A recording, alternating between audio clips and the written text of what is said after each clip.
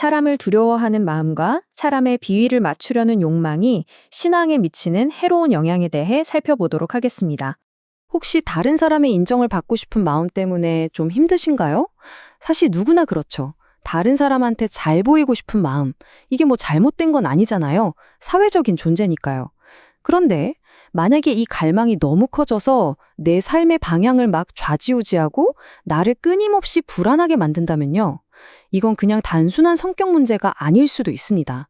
훨씬 더 깊은 영적인 문제일 수 있다는 거죠. 자, 그럼 이 문제의 본질이 대체 뭘까 한번 제대로 파헤쳐 보겠습니다.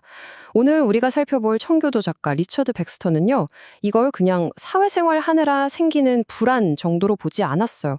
그게 아니라는 거죠. 이 사람을 두려워하는 마음, 그 핵심에는 훨씬 더 근본적인 뭔가가 숨어 있다고 봤습니다. 백서와 말하는 핵심이 바로 이겁니다. 사람을 두려워하는 건요, 그냥 하나님을 깜빡 잊어버리거나 좀 소홀히 하는 그런 수동적인 문제가 아니라는 거예요. 그게 아니라 훨씬 더 적극적인 행위, 그러니까 하나님 대신 사람이라는 경쟁자를 선택하는 거라고 봤습니다. 하나님의 인정보다 사람의 인정을 더 가치 있게 여기는 아주 의식적인 선택이라는 거죠. 이 말을 한번 잘 생각해 보면 정말 뼈를 때리는 지적입니다. 사람을 기쁘게 하려는 욕망이 커지면 결국 어떻게 될까요? 내 모든 관심사, 나의 노력, 내 감정까지 삶의 방향키가 전부 하나님이 아니라 사람을 향하게 되는 거죠. 결국에는 다른 누군가를 하나님의 자리에 딱 앉혀놓는 거나 마찬가지인 일종의 우상숭배가 되어버린다는 겁니다. 그런데 한번 생각해 보세요. 애초에 모든 사람을 기쁘게 한다는 게 이게 과연 가능한 일일까요? 백스터는 바로 이 지점을 파고듭니다. 이 미션이 왜 처음부터 실패할 수밖에 없는지 그 이유를 아주 체계적으로 설명해 주거든요.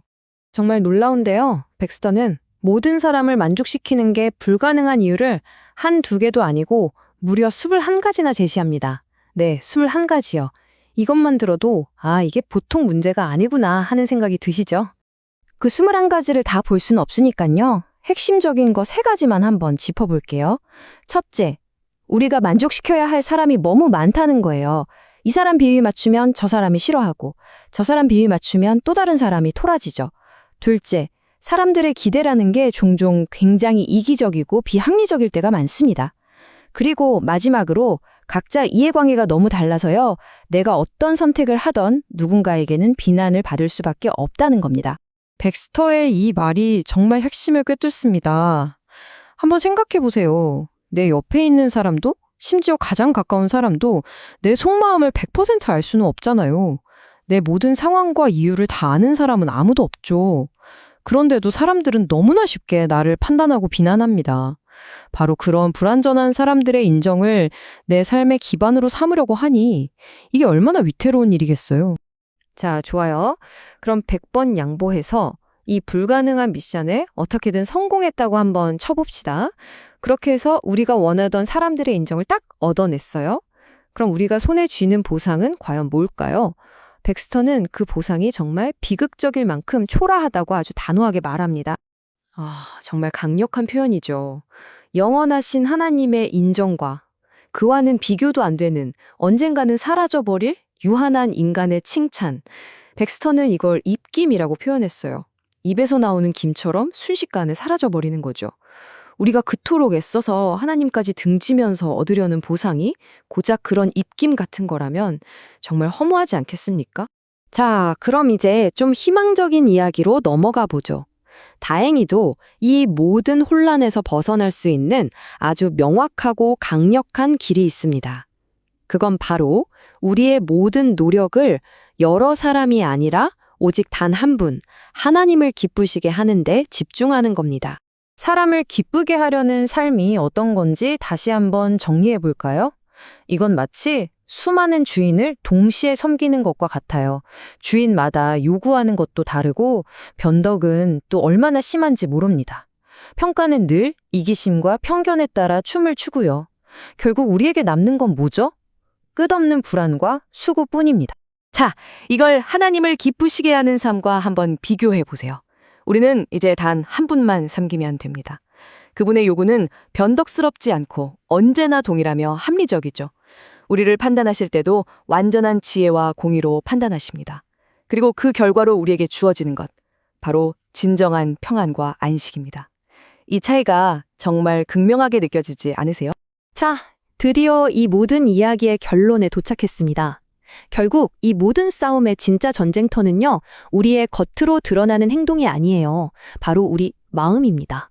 모든 것은 이 마음의 선택에서부터 시작되는 거죠. 이건 성경에서 자주 등장하는 뿌리와 열매의 비유로 생각하면 아주 쉽습니다. 사람을 두려워하고 눈치 보는 우리의 행동은 열매에 불과해요. 진짜 문제는 뿌리, 즉 우리 마음이 과연 무엇을, 누구를 예배하고 있느냐는 거죠. 뿌리가 향하는 곳에서부터 열매가 맺히는 것처럼 우리의 모든 행동은 마음이 진짜로 섬기는 대상으로부터 자연스럽게 흘러나오는 겁니다. 이 모든 이야기의 성경적인 근거가 바로 잠언 4장 23절입니다. 모든 지킬 만한 것 중에 더욱 네 마음을 지키라. 생명의 근원이 이에서 남이니라. 마음이 뭐라고요? 바로 생명의 근원이라는 겁니다. 우리 삶의 모든 것이 바로 이 마음이라는 샘에서부터 흘러나온다는 거죠. 그러니까 진짜 해결책은 겉으로 드러나는 행동을 뜯어고치는 게 아니라 그 근원인 우리 마음을 지키고 그 마음이 예배하는 대상을 바로 세우는 데 있는 겁니다. 그래서 마지막으로 우리 각자에게 이 질문을 던지면서 오늘 이야기를 마무리하려고 합니다. 여러분의 마음은 지금 무엇을 예배하고 있습니까?